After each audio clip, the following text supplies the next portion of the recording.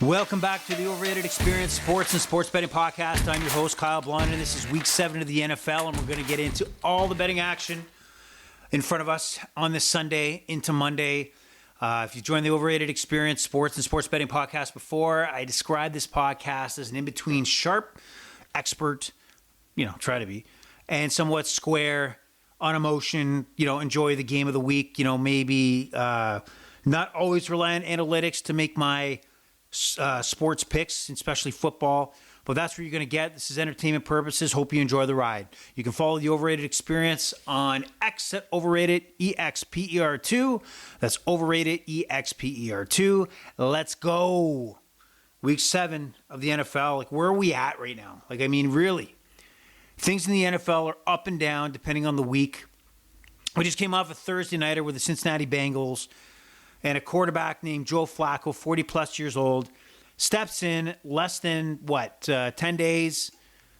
Actually, maybe around 9 to 10 days as the Cincinnati Bengals starting quarterback, gets a victory, throws over 300 yards on Thursday night to beat the Steelers. How do you predict that, right? And if you don't know, Joe Flacco was a Super Bowl quarterback with the Baltimore Ravens, with the Ravens winning their last Super Bowl. But really, a lot of people are going to remember Joe Flacco for jumping into Cleveland a couple years ago, dragging them into the playoffs, going into, Cincinnati now and somewhat miracle, getting the win. And I stated it on the podcast that this was a great move by Cincinnati. Nothing to lose based on the quarterback play they were getting out of Jake Browning. Now, one of the controversies that came up was, why would the Bengals trade within their own... why would the Cleveland Browns trade a quarterback within their own division? It was voiced by Mike Tomlin. And here's my thought process here.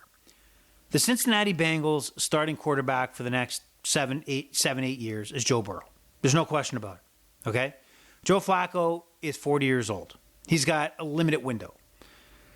The Cleveland Browns have to assume that they know this season's a write-off. That's why they traded Joe Flacco. That's why they're going with Dylan Gabriel. That's why you'll probably see Shedeur Sanders get his shot. They are in between. They know they are not going to make a run at the playoffs. They're not a Super Bowl contender. They trade Joe Flacco to the Cincinnati Bengals. You have another team that chalks up a couple more wins, maybe finish 9-7, maybe 7-9.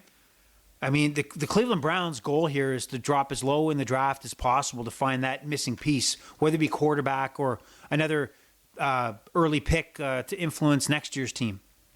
So what do the Bengals have to lose? They're not trading, let's say, Deshaun Watson, who's been trash, but he would be a team picking him up, for example, that would be their starter for the next 3 to 4 years. That's not what they did here. They traded a Joe Flacco to a Cincinnati team that is not going to have Joe Flacco as their starting quarterback next year. I think I agree that you don't normally trade within your division, but when it's a short-term situation like this one, I think all bets are off, and it's totally appropriate, and it helped both teams this season. So screw the Steelers, right? And then what other news do we have? Last week's matchups. I couldn't have done worse, everybody. So let me preface this by saying this is an entertainment-first type of podcast. Believe me, there's ups and downs in here. I went 3-15. 3-15 last week against the spread. 8-15 against for the over/under. 6-13 on player props. Not a good week for this guy right here. Thought I made some decisions that were sound decisions, but things didn't go my way. Like the Bills laying an egg. Now, suddenly, 2 weeks after that loss against New England, they are second in the AFC East, and New England is number 1. Who's seen that coming? We're talking about a New England team that fell flat against the Steelers and, opened up with a loss against the lowly Las Vegas Raiders at home. And now they're a juggernaut, Drake May. How do you see that coming?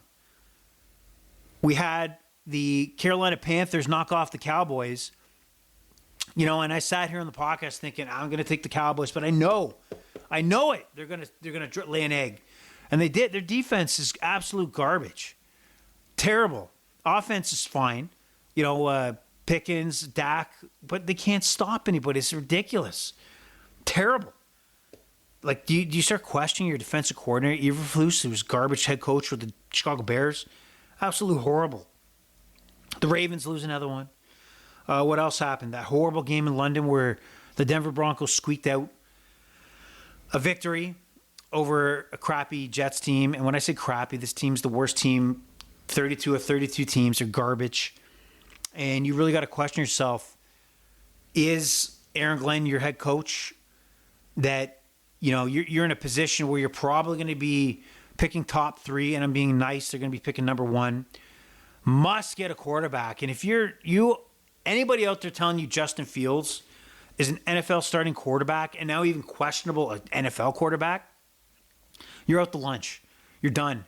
You should shut down your podcast if it comes out of your mouth that you believe that Justin Fields is a credible NFL quarterback. If you watch that game in London, I have no idea what they were doing. I have no idea why they didn't go to Tyrod Taylor at some point in that ball game because Justin Fields looked lost. Lost. He looked like a guy out there behind center, dropping back. That he lost his passport. Where are my keys? Where's my passport? He held the goddamn ball so long. Absolutely pitiful. Worst run organization maybe in sports. And now Garrett Wilson looks like he might not play. He's doubtful. Probably out. So just disgusting from that standpoint. Tampa Bay, juggernaut, moving on. What other... this NFL season's so up and down. It's insane. Anyway, let's get to week 7 of the NFL. Wow, it's flown by. And we're going to kick off with the last London game of the 2025 season. And the Rams take off after knocking off Baltimore and head into Jacksonville, but technically London. Jacksonville was the home team. As a 3-point favorite with no Puka Nacua, who is out with that ankle injury. Taking on the Jacksonville Jaguars, who come off a statement win over the Kansas City Chiefs on Monday night. And then, I don't know what that was against the Seahawks at home. Couldn't put their offense together. Looked terrible. Missing extra points. Can't convert 2-point conversions. And I can tell you I needed 7.5 on a teaser. And they screwed me over, losing by 8 points. Disgusting. Just doesn't make sense. So, I have no faith in Jacksonville right now. The Rams are a better coach, better prepared team. They will cover the 3 points. I see this as kind of a tight, low-scoring kind of game. 44.5, take the under. And no props to play here. Eagles, 10 days to think about that ass whooping they took in MetLife Stadium against Jackson Dart and Cam Scatterboo and the Giants 10 days earlier. They are on the road in Minnesota to take on Carson Wentz, former Eagle quarterback. And if you guys don't remember the history of Carson Wentz, he was drafted second overall by the Philadelphia Eagles behind Jared Goff. Actually had a first, 2 decent years in Philadelphia, was on a trajectory. I don't know if it was, I can't remember if it was the second or third year. He was in the consideration for MVP early in that season until he got hurt. And then was never the same. And if you look at Carson Wentz play, and he's bounced around, he's a serviceable backup quarterback, kind of like spot starting what like the Vikings are doing now. But he holds the ball too long. And that's always been his crux, like his detractor, his weakness, stopping him from taking that leap as a franchise quarterback that was expected of him. So the Eagles, coming off that loss, 2.5-point favorites in Minnesota. I can't believe that the Eagles will come into this game and lay an egg like they did against the Giants. They cover the 2.5. Minnesota's quarterback situation is a problem. Obviously, they got the weapons, Justin Jefferson, etc. Kevin O'Connell, great head coach, good offensive mind. But I'll take the Eagles 2.5. This game's going over 43.5. I think it's going to be a bit of a put the ball in the air kind of day for the Philadelphia Eagles, and I think Carson Wentz is going to have to reciprocate like that. But the Eagles will get it done by at least a field goal. Jalen Hurts has had 2 straight games plus 280 yards, and they have him down at 206.5 passing yards. Something's not jiving. Does he have a broken thumb I'm hearing about? They're going to go to the air. This is not going to be a grinding NFC, North or NFC East matchup kind of a grind out that you might expect, but it's going to be 34-24. I'm going to say Eagles. This game's going over. Jalen Hurts is going to put the ball in the air. Take it, write it down. Now we have a divisional matchup. The Kansas City Chiefs off a Sunday night win over the Detroit Lions. Host the Las Vegas Raiders. Raiders look like crap. They can beat Tennessee, but can they take out anybody else? Any other quality team here? They're 12.5-point underdogs. This being said, I think the Las Vegas Raiders always play the Kansas City Chiefs tight. And you're going to say, hey, it's different coach, different team. They're a little better than last year's team. I think you get the Mason Crosby and on the D side and Patrick Mahomes do have a rivalry. I think Crosby comes up with his best games against Kansas City. I think the Raiders do cover this. Despite Rashid Rice coming back from a suspension. So that actually will play out into my player prop in 1 second. 45.5, I think it's going to go over. I think Geno Smith's going to go to the air, probably not successfully. But I think the Chiefs win by 7 or 8, not 12.5. And you got to look at Brock Bowers is doubtful, most likely out for the Raiders. Jacoby Myers is questionable, receiver for the Raiders. They might be hurting there. And with Rashid Rice back, the focal point's going to be on him. But I think Travis Kelce is going to be a factor. He's going to have more opportunity. He's actually had 2 pretty good games, receiving yardage. What is that? 2... Because over-under is 38.5, and the last 2 games he's been over 78 and 61 yards. I think that's way too low to not go after Travis Kelce at 38.5 yards receiving. Now moving on to New Orleans and Chicago. Chicago for real? The Bears turning this around? Is Ben Johnson the answer as head coach to get Caleb Williams to be a top-notch NFL quarterback? Moving from potential to actually a star quarterback, then eventually superstar? I don't know. But wins help. Coming off a Monday night victory over the Washington Commanders, a lot of that was, mistakes by the Commanders, turnovers. They host the New Orleans Saints. They really got nothing going, and they stay in ball games, but really, do they have much going on in New Orleans? They got 1 win, but maybe that's what's going to be it for the rest of the year. 44.5 are the Bears, and I got to believe the Bears are going to cover. I have faith, full faith in the Chicago Bears to cover this spread, 4.5. The game stays under 46.5. I don't see this as a barn burner. Don't you like those terms, barn burner? And here we go. That is it for that. Not much else to say in that Chicago-New Orleans game. Miami takes on Cleveland. 2 teams going nowhere. Miami's still fooling themselves. The chatter about the trade deadline is starting with Jalen Waddle, etc. And let's just bring this up. Let's use our good old ChatGPT to ensure we know when that NFL trade deadline is taking place. Let's see ChatGPT. NFL trade deadline. ChatGPT. Here's a summary of the key info on the NFL 2025 trade deadline. November 4th, a couple weeks away. You really believe, as a Miami fan, that your Miami Dolphins shouldn't be considering, kind of packing it in this year? You're going nowhere. Tyreek Hill's out. Tua's calling out his teammates and pulling it back and apologizing. It's done, guys. It's done. If you can get something for Jalen Waddle, go ahead and do it. Somebody will pay a price. You need to accept. And Mike McDaniels, head coach, is the guy commenting on the future of personnel. That's the last guy you want directing what your future is as far as player movement. Head coach of the Dolphins. His time is done. Time is ticking, Mr. McDaniels.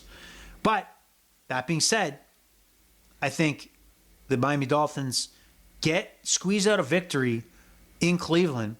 Dylan Gabriel, rookie quarterback, has been okay. But he's not opening eyes here of, any Browns fans thinking, wow, we got the golden child here. There's going to be shouts. And don't be surprised even if this game, Shedeur Sanders finds his way into the lineup. You have to see what you have. Is Shedeur Sanders the guy? Well, you won't know until you give him a chance. I mean, it's nice to have a caretaker quarterback like Dylan Gabriel, but at some point, you got to see what you have in Shedeur Sanders, because you're going to be in a situation in the NFL draft where you're the one that's going to be looking at picking up a franchise quarterback again and trying to figure things out in Cleveland. So I think Miami gets it done just because they have, for now, the talent a little better than Cleveland. When we look at Cleveland's defense is one of the best in the NFL. There's no question. But even a D that goes out there snap after snap believing they can't win, I think takes the foot off the gas just enough, to kind of save their bodies for an unwinnable situation. So don't think that this Cleveland defense is going to be the same Cleveland defense that they were at the start of the year, or a defense if they were in the thick of a playoff hunt, motivated to put their bodies on the line snap after snap if their offense can't do anything and the season's pretty much over. Let's not pull punches here. It's over. But the over-under is 35.5. Come on, that's too low. I like the over. The most confusing team now goes into the New York MetLife Stadium to take on the Jets. It's the Carolina Panthers. They are 3-3, is it? Yeah, 3-3, Carolina Panthers. They are confusing me. I don't know what you got. I'm still not convinced that Bryce Young is a star quarterback. Rico Dowdle, with Chuba Hubbard out the last two games, has had 200-plus purpose yards in the last two games with a touchdown. He's been on fire. Took the Dallas Cowboys to the woodshed, the same team that released him a few years back. Chuba Hubbard's back, so how does he fit into this matchup? But what do we know about the Jets? Is we know that the Jets are absolute trash. Absolute dumpster fire, trash, throw them out in the curb. That, part of the week, you take out your recycling, you take out your compost. That's where the New York Jets find themselves on a daily basis. They are 24/7 garbage and rotting, okay? Let's just see something. I want to see, I didn't even take a sniff at at the props here, but I want to look at what is Justin Fields' passing yards expectation. What?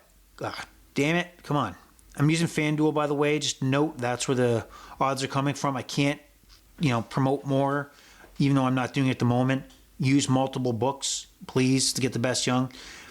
The fact that you're starting a quarterback in Justin Fields where the passing expectation, so the yardage, is 167.5 yards. How do you have a quarterback that the world is saying that minus 114 both ways, over under, will he achieve over 167.5 passing yards? That is disgusting.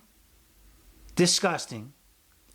They're going to say that Justin Fields has, at best, and it's plus, over 17.5 reception completions.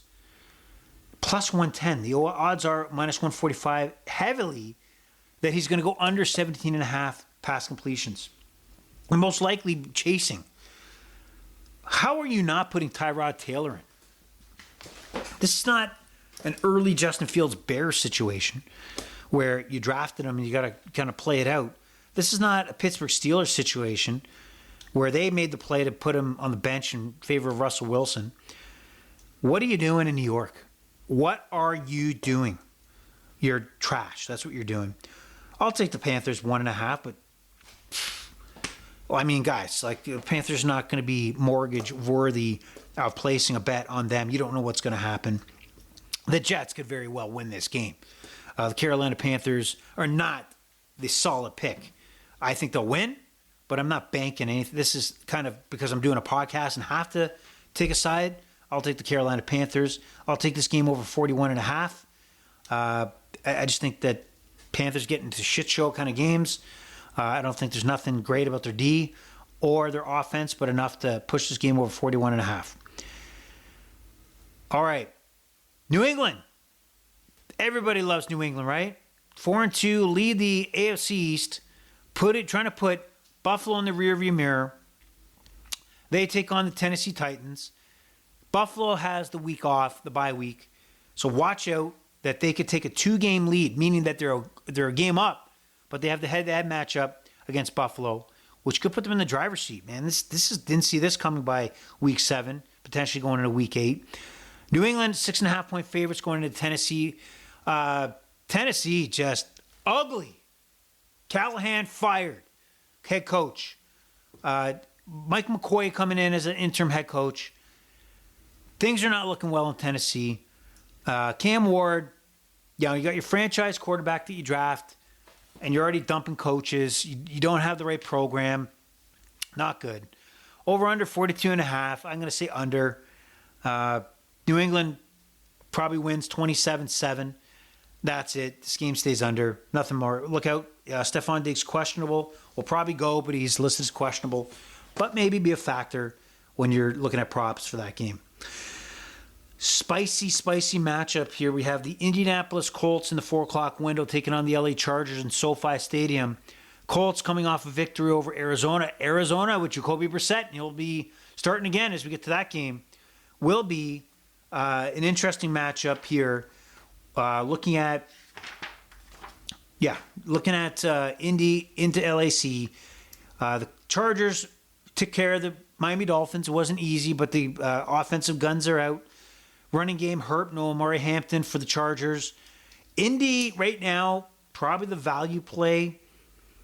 Right? They're plus 1.5, but something tells me that Indy's D that has not been solid is going to be the factor here. And because the Chargers are at home, I'm going to take the Chargers 1.5.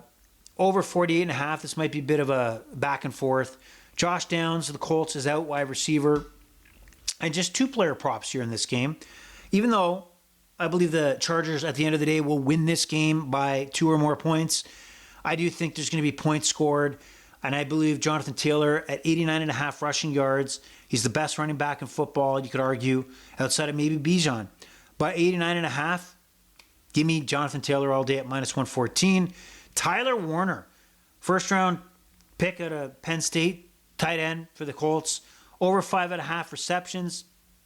He's really only took 6 receptions last week in that win against the Colts, and 7 receptions in game 1 that they had against the Dolphins, kind of below that in between. But something tells me I'm not going to make the same mistake I did a couple weeks back with Dallas Goedert. Actually, it was last week on the Thursday night.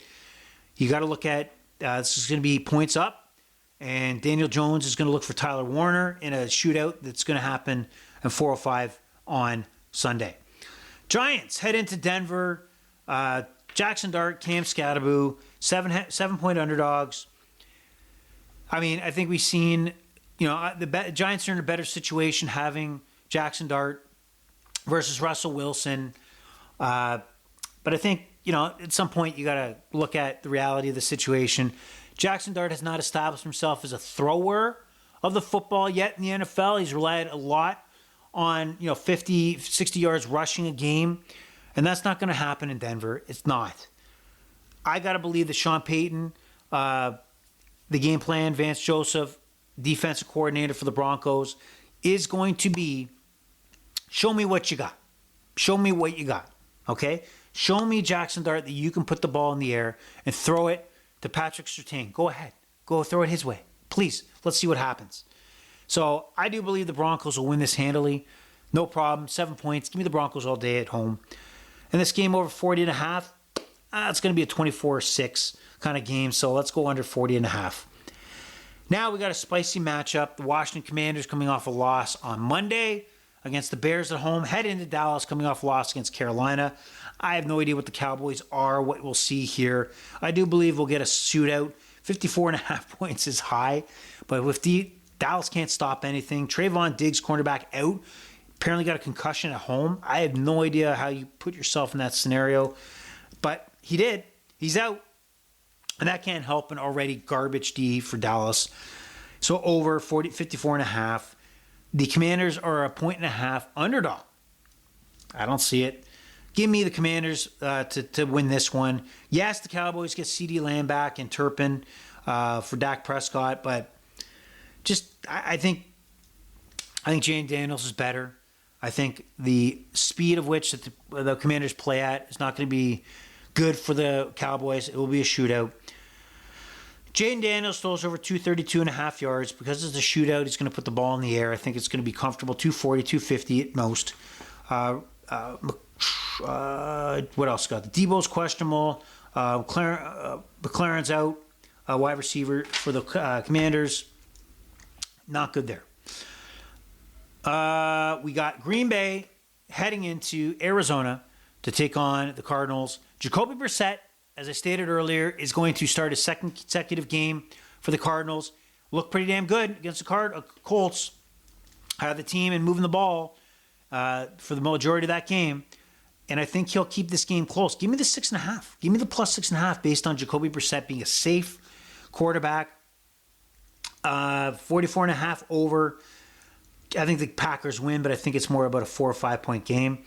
Just watch out, Josh Jacobs is questionable. Probably will play. Danny McManus is questionable for kicking for the Cowboys. And there's a shot that Kyler Murray can play for the Cardinals with that foot injury, but it looks like Jacoby Brissett is the guy. No props on that one. Sunday nighter, not a bad one. Atlanta takes on the San Francisco 49ers. This Atlanta team is going pretty good right now. Can't believe it's the same Atlanta team that screwed me over with a 30-0 loss in Carolina. Now they're knocking off teams like the Bills. It doesn't make sense, the NFL. Bijan Robinson's on fire. And the 49ers are still a 1.5 favorite. No Fred Warren. Broke his ankle. That's a big blow to the 49er defense. George Kittle looks like he might return. Mac Jones still quarterbacking the 49ers. Interesting matchup. I think it's going to go under 52.5. And I'm going to take the 49ers on here because they're smarter than the Falcons. I'm sorry. Don't get overhyped on the Atlanta Falcons. The 49ers are an upper echelon team in my mind where they game plan effectively both sides of the ball to put themselves in a position to win. It's not like Tampa Bay had that in control all of last week. 49ers could have well pulled that out in Tampa Bay. I don't think Atlanta's on the tier of Tampa Bay or the 49ers. Give me 49ers all day on this one. This is telling you right now, they're not frauds. They're not frauds, the Atlanta Falcons, but they're shysters, right? Don't take what you've seen against Buffalo. Buffalo has flaws that they'll probably have to go to the blueprints or whatever, back to the drawing table in their off week and come back with a different approach. Don't let that fool's gold Atlanta Falcons team get to you. This should be a 3.5 point favorite. San Francisco 49ers. Jump on it now. Trust me, the 49ers will take this all day. 4 more points better than the Falcons. Monday nighter, we got a double dip as well again. The red hot Tampa Bay Buccaneers are 5.5 point underdogs heading into Detroit. That's kind of disrespectful, isn't it? Tampa Bay 5.5 point underdogs at 5-1. This team has one loss against the Super Bowl champion Eagles. Detroit coming off against Kansas City, a loss. I'm not kidding. Detroit's going to be there at the end. They should be based on the team they've put together. But to be 5.5 point favorites over Tampa Bay, the way Tampa's playing, insult, insult, insult. Baker Mayfield is red hot right now. They've traditionally played the Lions pretty close.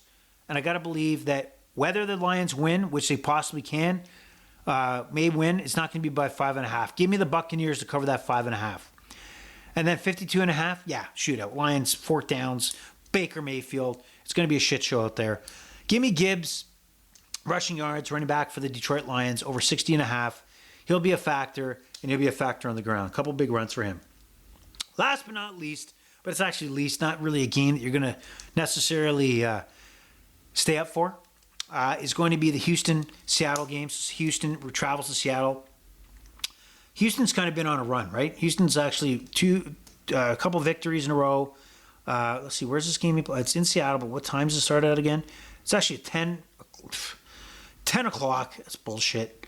So enjoy it, but it's not going to be what you think. I think the Houston Texans actually win this game. Seattle's getting all the praise after they're looking good. Everybody's got them up in their rankings, but I for sure don't see them as a consistent team. 2 and 3 are the Houston Texans. They'll get back to even here. At least cover the 3 points at their dogs. Over 41.5. I think there'll be some points scored here. The Houston Texans seem to be getting it together. CJ Stroud's looked a little better. So that's it. Over 41.5. Houston covers the 3. That is all the Overrated Experience has today. I wish you the best tomorrow. I wish you the best Monday. Pleasure's all been yours. The Overrated experience is over and out. Bye-bye.